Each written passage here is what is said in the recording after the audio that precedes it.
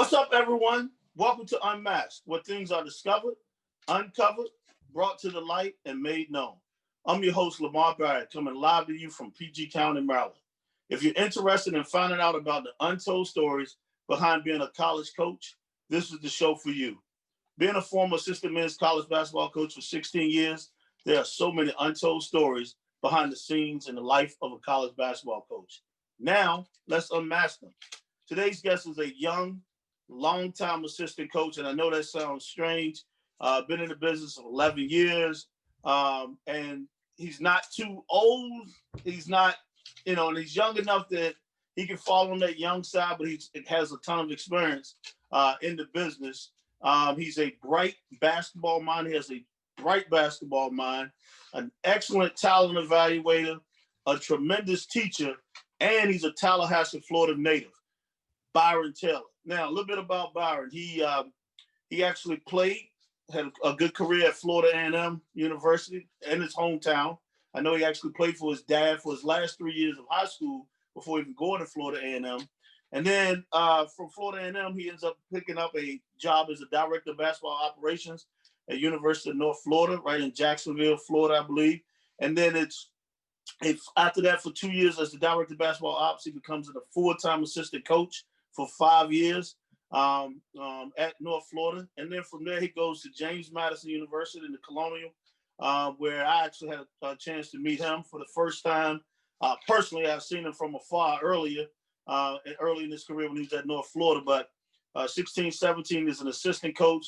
And in his last 3 years, he's the associate head coach at James Madison University. And I must say that he became associate head coach at the age of 29 years old. Very rare in our business, and that's something that he accomplished. And hoping that, when it's time, he gets back to where he needs to be. And that's educating these young men, not only just in the life, not just in basketball, but in life as well. And I want to say welcome to the show, Coach Byron Taylor. How you doing? I'm doing great. Thanks for having me, LB. I'm excited. All right, man. Well, look, what you came here for is to get unmasked. So, like I said, 11 years in the business. So you could take it, this first question, whether it's you first coming to North Florida as a director of basketball ops, or when you'd already spent some time there, or even when you went to James Madison for the first time. But we all know that there's no handbook to being a college coach. Tell me about that first day, first week, first month, after things are done with human resources or done with orientation, like especially when no one gives you direction. What's that like, man? Especially you were young, fresh out of college. Like, what was that like? Absolutely. I love to go back when I first started at University of North Florida, director of operations. So I was fresh out of college, had just finished playing in March. I get there in June. It's summer school, and the guys are already there in summer school. They're on their second week. So I literally hit the ground running with, checking class, holding study hall. And I basically got a schedule from, my head coach of everything the guys had. So we had one, academic advisor and basically me. And we just, made sure the guys were familiar with everything they had going on. And we had 7 freshmen. So, everything was new to them. Everything was new to me. So, we all just kind of learned together. And it was interesting working for Coach Driscoll. I think he understood that I was a former player. So he gave me a lot of direction, especially that first year, just because I was trying to figure things out. So that was great for me. That's good stuff. And at least you had direction because, sometimes guys come in and they assume like, figure it out. Coaches tell them, figure it out. And so, you hear different stories all the time, or sometimes they assume the guys should know stuff already. But like you said, you're coming straight from being a player, and you got a chance to see. It's not the guy you played for at FAMU, but being a player is one thing. How coaches treat you. Being a coach is another way that when you were actually working with somebody. Absolutely. I think the players don't understand how tough the coaches get it on the other side. They think it's like, man, you getting paid. You're not worried about it. No, like coaches go through it just like the players do. So I don't think they understand that. Absolutely. I'm gonna ask you this. Recruiting, man. Recruiting is the lifeline of college athletics. It don't even matter what sport it is. you got to get good players. You got to get good people if you want to be successful in this business, you know, and good students as well. So it's all about those three things, you know, going together. I want you to talk about your best and worst recruiter story, because a lot of times it's not always like, I mean, there's kids you miss out on or kids you got the best and worst recruiter stories, but talk about the best and worst recruiter stories you had in your time as an assistant coach. Wow. Just so many enjoyable ones. I would like to go back to North Florida and best player in school history, a kid named Dallas Moore. He's still playing overseas right now. He is the all-time, listen to this, he's the all-time college basketball scoring leader in the state of Florida. I mean, he just lit it up. He came in as a freshman and just, you know, had like 27, 28 in Indiana, and he just lit it up. I mean, he was way better than we thought he would be. So, you know, I got bumped up to be a full-time assistant. He was transitioning from the 9th grade to 10th grade, and I saw him play my first time out, AAU. He's playing with Florida Rams, and literally just jumped on him. I got to know him, his family, AAU coach, high school coach, and we had him up to campus as many times as possible, unofficially, you know, elite camp, all those kind of things. And it's the summer before his senior year.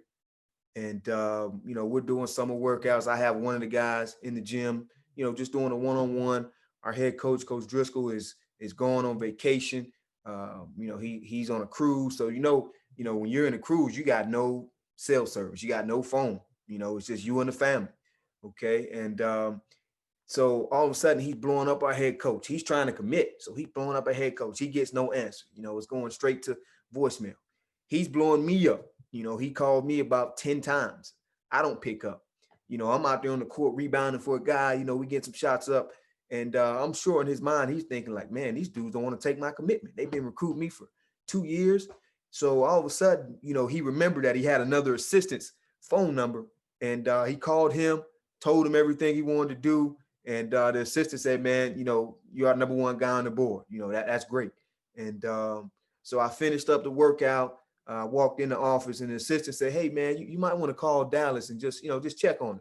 And I thought that was kind of odd when he said that because, you know, I was the kind of lead guy recruiter, but, you know, we all talked to the kid and his family. And I called him. And as soon as I called him, he just busted out laughing. And I was kind of thrown back. I didn't know what was going on. And I just assumed he was going, you know, he was laughing because he was telling us, hey, man, I'm going to go to a different school. You know, he had other schools recruiting him. And he said, Coach, I want to go ahead and commit to North Florida. And I was like, wow, I was floored. I was excited. But it was great. It was great coaching for 3 years. It was really fun. Went to the NCAA tournament.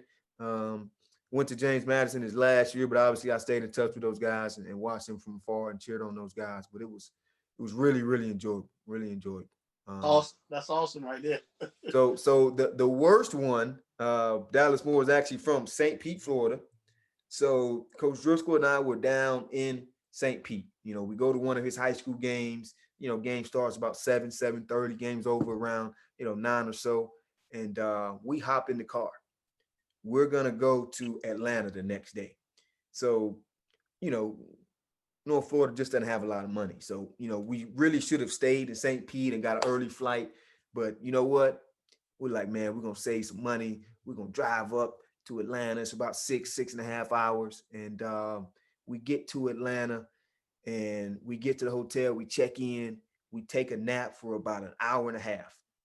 And in Atlanta, you can be there all day and see teams work out all day. I mean, workouts start at 6 a.m., 6:30.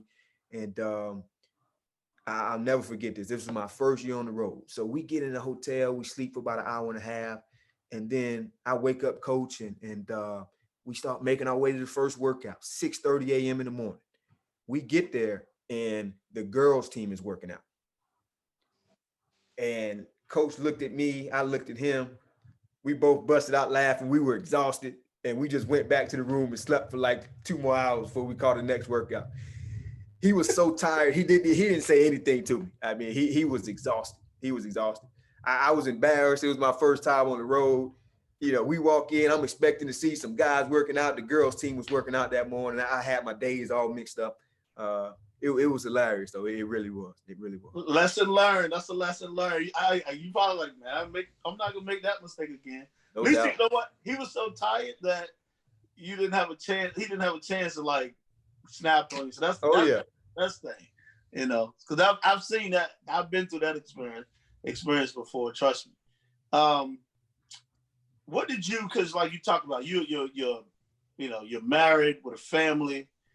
You have a young girl and a young boy. What did you have to sacrifice? I don't like using the word give up anymore. What did you have to sacrifice to achieve your current level of success, and especially in coaching? Absolutely. I would just say time, time with that family.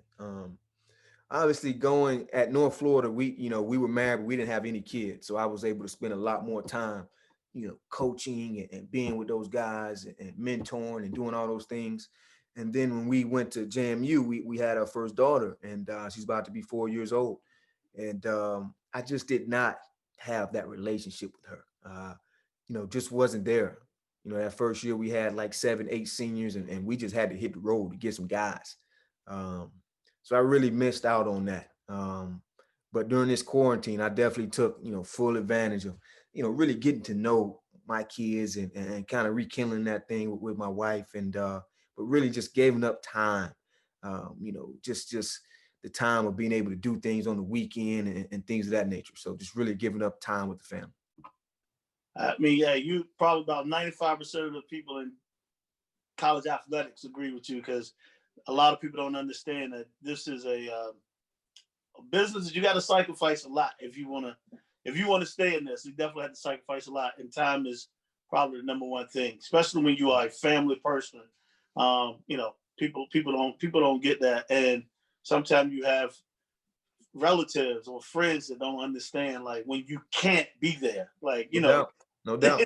Eventually they figure it out, but it's not nothing on purpose. It's no, my job, so what's the best or worst scout report you had? And the reason why I like asking this question is I like asking it because in this business you can have a perfect laid out scout report.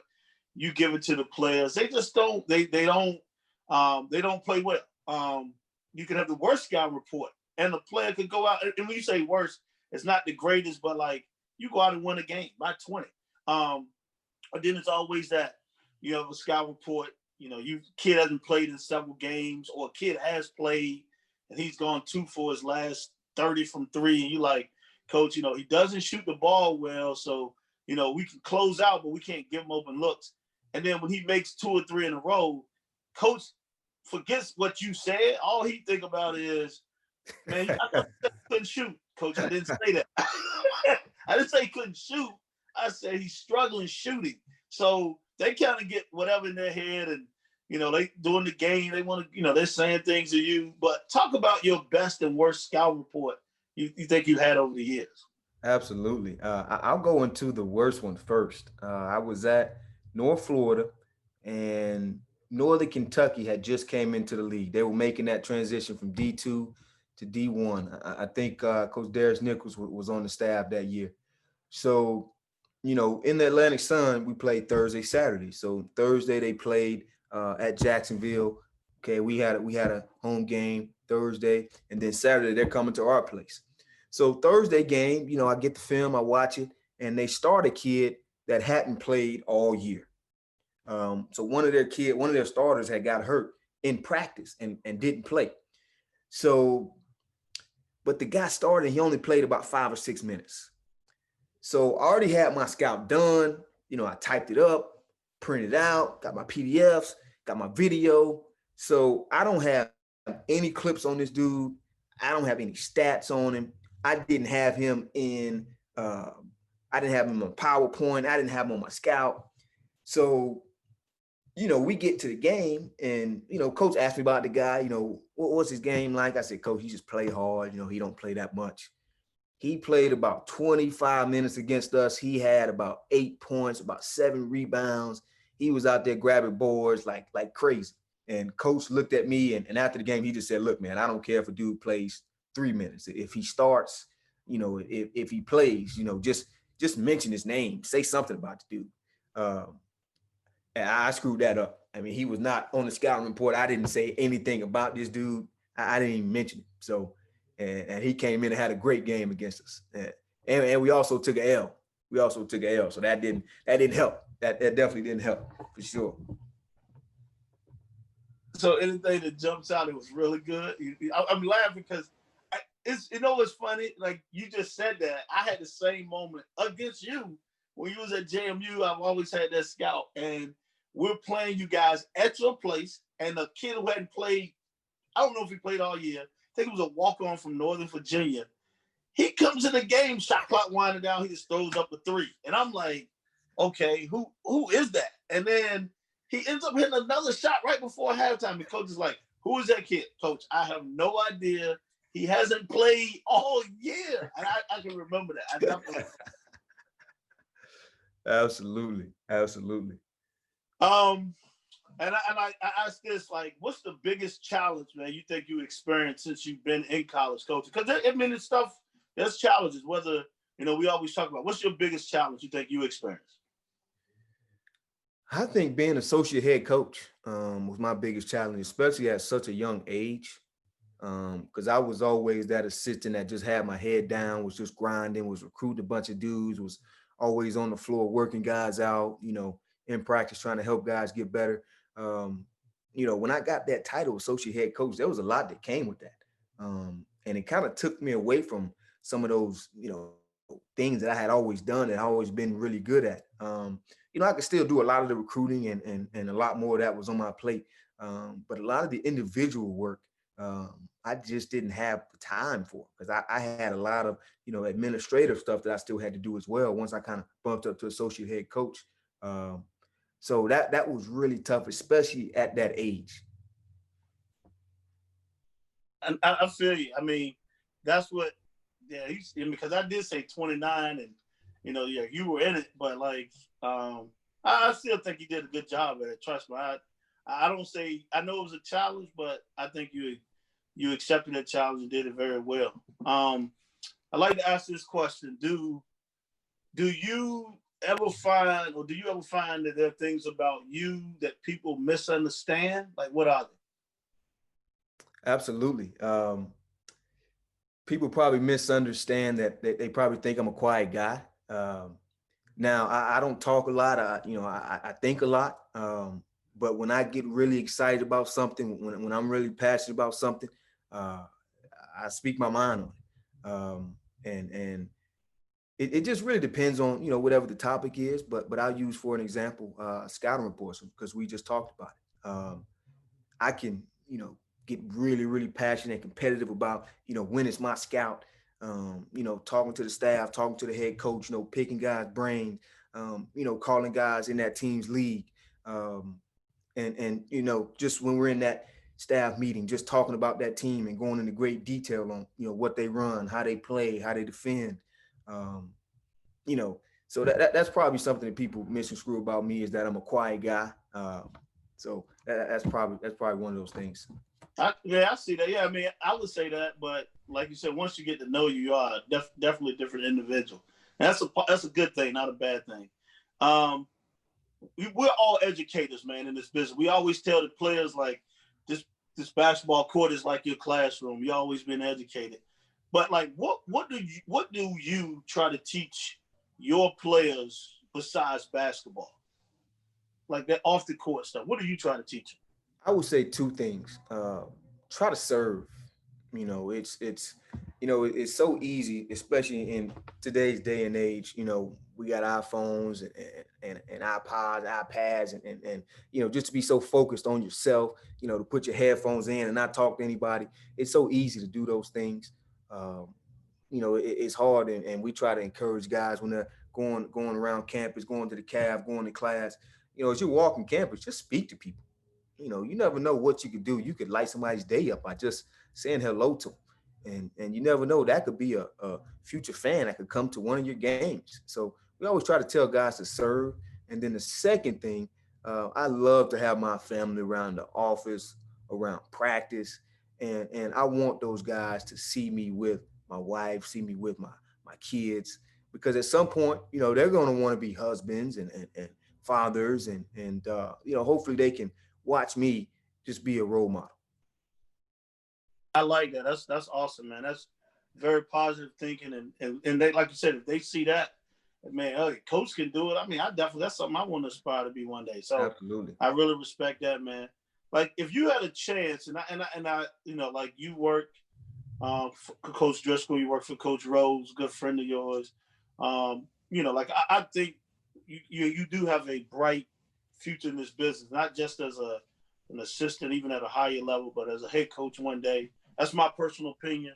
If you had a chance to work for anyone in men's college basketball, like who would that be? And when you look at it, it's always like you want to go with someone that fits your personality, like someone you're not working for, but you're working with. And like, who do you look at like in this business? It's three guys that you can sit down with, talk to, pick their brain. This is, I can see myself working with. Who would those guys be? Absolutely. First off, I would say Coach Leonard Hamilton. Um, he is just a professional. I mean, every time I come in contact with him, he's always encouraging. Uh, he's always speaking the truth, and whether that's if you're at his practice or to his coaching staff or even to young coaches that he mentors. He is a truth teller. He's a truth speaker. And kind of how I talked about, he's a role model. I mean, he leads by doing. He's a guy that a lot of people don't notice. He actually owns a gospel record label, and I was really impressed when I found that out. Not a lot of college coaches can say that. I mean, you spend so much time coaching your guys, and then the little time you have for your family. I mean, it's amazing that he has time to do all those type of things. But for me, I think he's probably number one. I really enjoy his demeanor. He never gets too up, too down. He's always even keel, and I really respect that about him. That's a great name right there. And you were fortunate, like you were. What is that? Up the hill, down the hill from Florida State when you were there? Like, I mean, you was at FAMU. Like, isn't that? I get it mixed up. I don't know. Yeah. So FAMU is up the hill. Highest of 7 hills. Yes, sir. Okay. All right. So I mean, I'm sure like that, and you seeing that, like that even helps even more in being from Tallahassee. So that's a plus. What is the strangest thing? This is kind of just an interesting question. I like to ask sometimes. What is the strangest thing that a player has done outside of the basketball court since you've been in coaching? I'm not gonna name any names, but the guys that were there, they will know exactly who this was.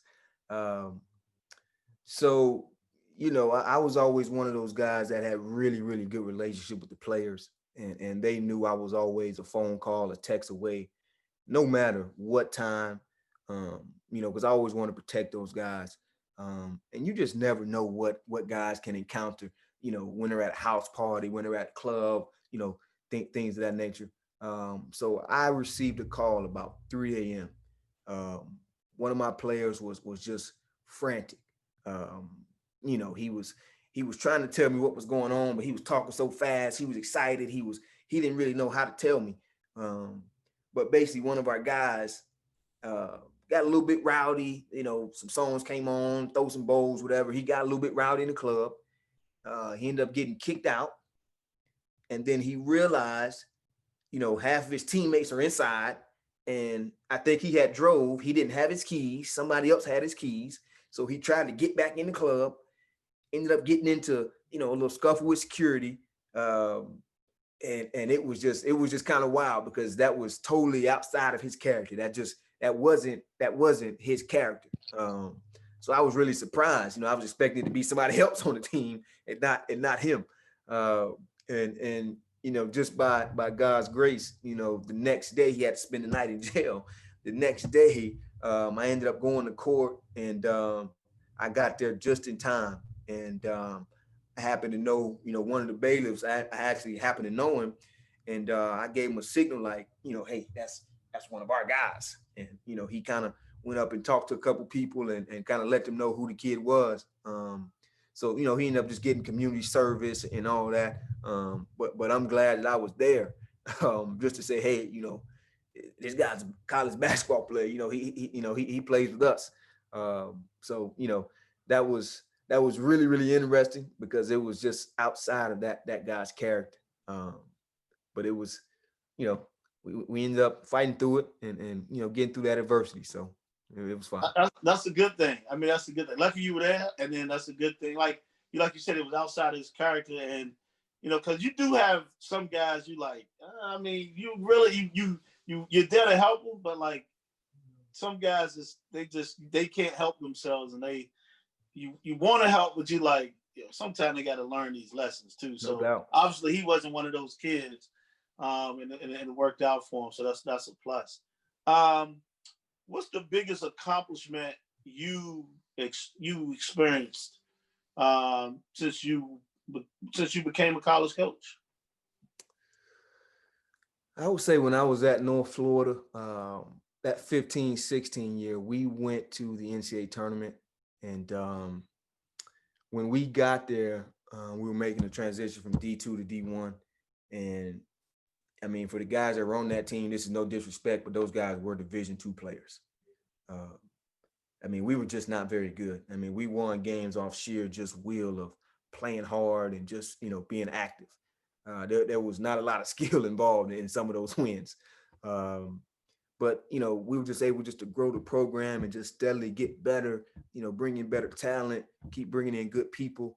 And, we're able to win the regular season 2 years in a row and go to the NCAA tournament. I mean, that was really, really enjoyable. It really was. And that's awesome right there, man. Getting a chance to experience that. That's awesome.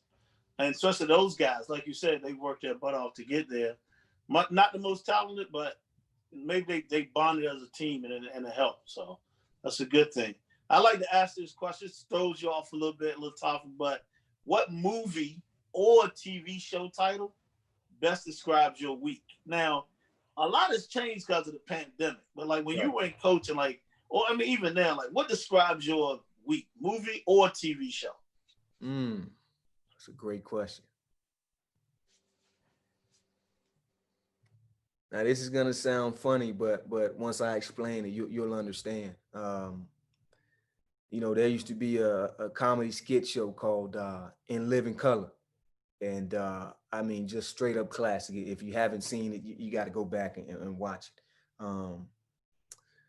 For me, I tried to move at a pace as an assistant that was really, really fast. I mean, down to watching video in 2x speed. So, for me, everything always just came fast, and it was just in living color. In my reality, it was just coming fast. There's always new and different skits on In Living Color. So to me, I mean, everything was new. Everything was just coming hot and heavy, coming fast. And that's really, really why I enjoyed college, because it just really keeps you on your toes. I mean, you never know. You come into the office, you could have 2, 3, 4, 5 surprises during that day. So it just really keeps you on your feet. So I would say In Living Color. I like that. So basically, you always got to expect the unexpected in college basketball. I get it. No doubt. What's your favorite word or phrase that you like using? Oh, man.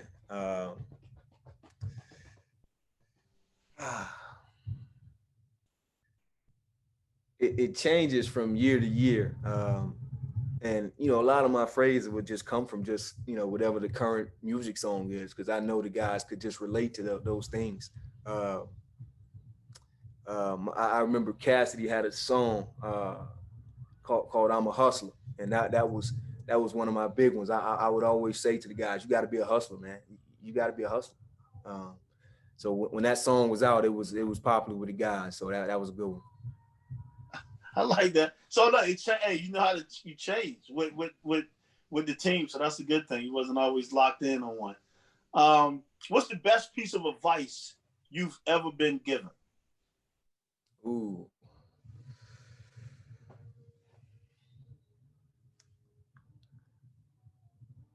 I would say twofold. So my dad was my high school coach, and I didn't realize this. And he showed me this. He didn't verbally say it. There's a difference between love and like, and here's what I mean.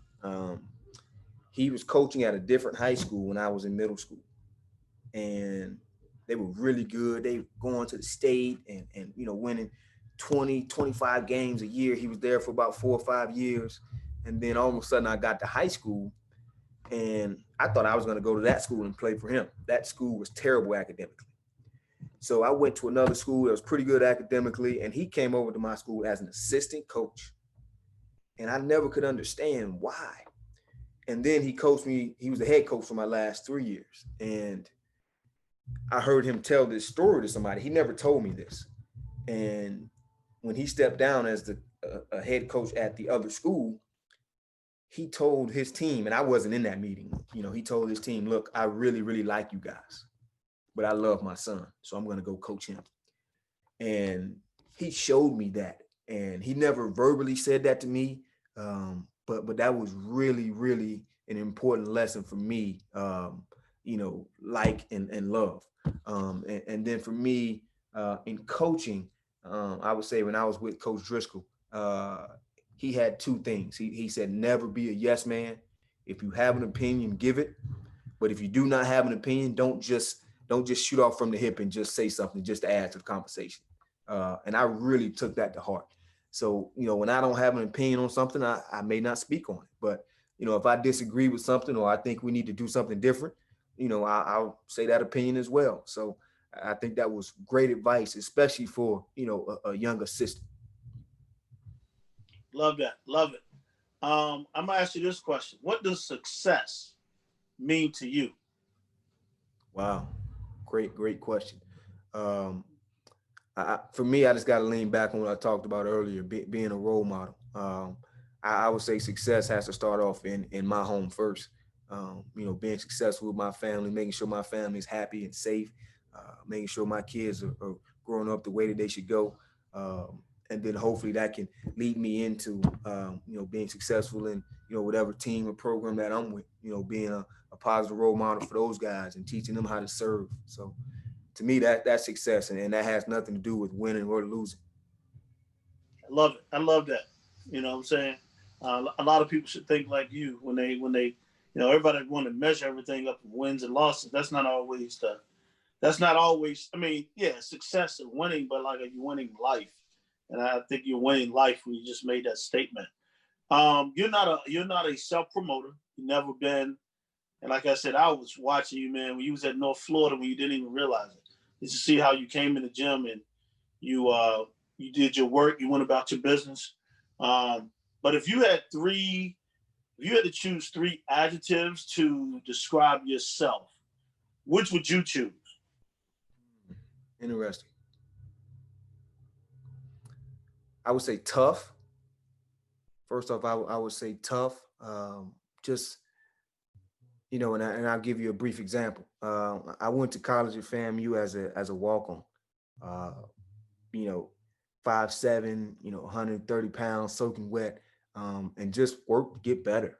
Worked to earn a scholarship, and went from a walk on to a backup, to my last 2 years starting, and just built some toughness. So I would say tough, and that still stands to today. I lean on all those experiences as a player.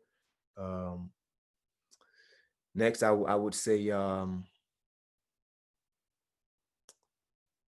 would say passionate. Uh, for me, when you're doing individual workouts or when you're in practice, that's my favorite time as a coach. I mean, that's really time to invest into your student athletes. It's to me that's a great time to show those guys that you care, that you love them. Um, because that's not winning wins and losses. I mean, that's just trying to get better incrementally. However you can do that on a day-to-day basis, whether that's individually, whether that's team wise. I would say passionate. Um, the last one said tough, said passionate. I would just say quiet leader. Uh, I would say quiet leader. You know, a lot of times I would, lead by doing and lead by showing.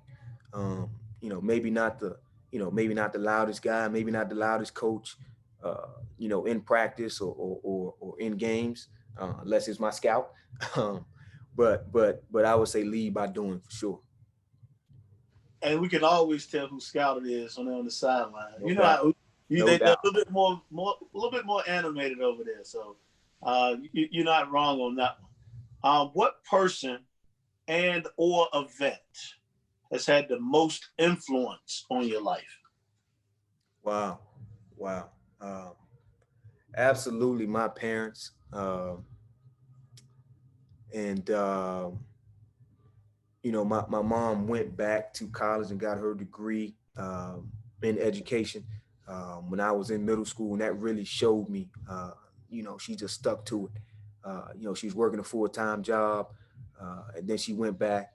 That really showed me. If you want something bad enough, you got to fight through some obstacles and stick to it and do it. My dad was a uh, college basketball player, long time junior college and high school coach. Uh, and he just gave me the love of the game. I always wanted to be around him. I always wanted to be in the gym, and he just gave me that love for the game. It started out with just a relationship of wanting to be around him, and then it kind of just grew into that's something that we love together. Um, and then I would say event for me when I was in middle school, 13, 14 years old. My first cousin uh, moved in with us. His name is Juan, and Juan moved in with us, Juan Coleman, and he was going to Tallahassee Community College to go play for Mike Gillespie, who was actually my college coach. So Juan's mom and my dad, a brother and sister, and he came into my life when I was very impressionable. He's from Durham, North Carolina. He was, very East Coast hip hop and all those things, Timberland boots and all those type of things. That was really a heavy influence on me. And we stayed tight for a very long time. I'm an only child. He was like an older brother to me. And my second year in college, I was a sophomore. He was murdered. And that really, really affected me. I didn't know how to handle that. 19, 20 years old. Uh, you know, didn't know how to handle that. And it happened during the basketball season too, which kind of threw me off a little bit. Um, I decided not to go to the funeral. I didn't want to see that. I didn't want to see my family sad and all those type of things. So I just kind of tried to stay locked into playing basketball. But that really, really affected me, and it just really taught me, like, every day you just never know. When you get up, you got to be ready to go, and you can't feel bad for yourself and have any self pity. You just got to be ready to go. And that's deep, man. That's touching right there. Like you said, I've heard some stories and people have brought up similar situations. And the more and more I listen to people like 19 and 20-year olds, the stuff that you've gone through, and for these young high school players or college guys, like, these are things like you're gonna have adversity in your life, and it's how you deal with it and how you bounce back Absolutely. is what makes you a man, what makes you stronger. And like for you to say that on this show, that's very powerful, man. And appreciate you for sharing that. And hopefully, individuals learn from that. That's the best thing. I always talk about this show: therapeutic, entertainment, and at the same time, educational. And you kind of Absolutely. touch all of those right there with just that story alone. So, um, and I ask you this because you've been through a tough time. You went through 11 years, and you probably, for the first time you've experienced this, you just experienced. But like, what was the most stressful situation you faced? You have faced. Absolutely. During the spring, we got let go in March at James Madison. Um, and it wasn't a surprise. It definitely wasn't, but still, by all means, it was tough. It was tough. Just trying to figure out and doing some soul searching. Uh, Trying to figure out what I could have done better, doing some self evaluating. Um, and then also thinking, what's next. Got a wife, got 2 kids. Definitely got to provide for your family. So that was, those were the 2 things, that was mainly on my mind. Self-evaluation. Kind of what could I have done better, throughout those 4 years, and then what's next on the horizon. Yeah, I mean that's I mean that can make stressful times, and you figured it out. And hey, like I said, I believe in you. I've seen it, so I know your next job is going to be even a better job, and you're going to be, man. By the time you 40, you might be a head coach. So I mean, you like we say it all the time, and people don't realize if you're in this business long enough, you're going to get fired. That's just No the doubt. nature of the business. Like, No doubt. and people need to understand that that's the nature of this business. I don't know too many guys that have. I mean, that percentage has to be very low for them to never be fired in this business. So Right. some of the best that's happened to. And I like to ask this because it's like you said, like you're a very passionate person. So what energizes you and brings you excitement? Wow. So the reason why I got into coaching, first off, the love of the game, and second off, I really enjoy watching young men come in as freshmen, and just watching them mature. And then by the time they leave and they graduate, I mean, they're a totally different person. They've had so many different experiences. They've met so many different people. They've accomplished so many different things. I really enjoyed watching that just maturation process of those guys. So those would be the 2 reasons why I got into coaching. Awesome, I love that, man. And because you know what, once again, it comes back to that selfless, like you, selfless person there. I like to end with this question all the time, like knowing what you know now, and like you said, you were a walk-on basketball player, but everybody's always had aspirations of being a pro. I don't know if you ever thought like, oh, when you decided to be a coach, but knowing what you know now, what would you tell your young self or younger self to prepare for as to come into this profession? Not just being an assistant or one day being a head coach, but what would you tell your younger self to prepare for? Wow.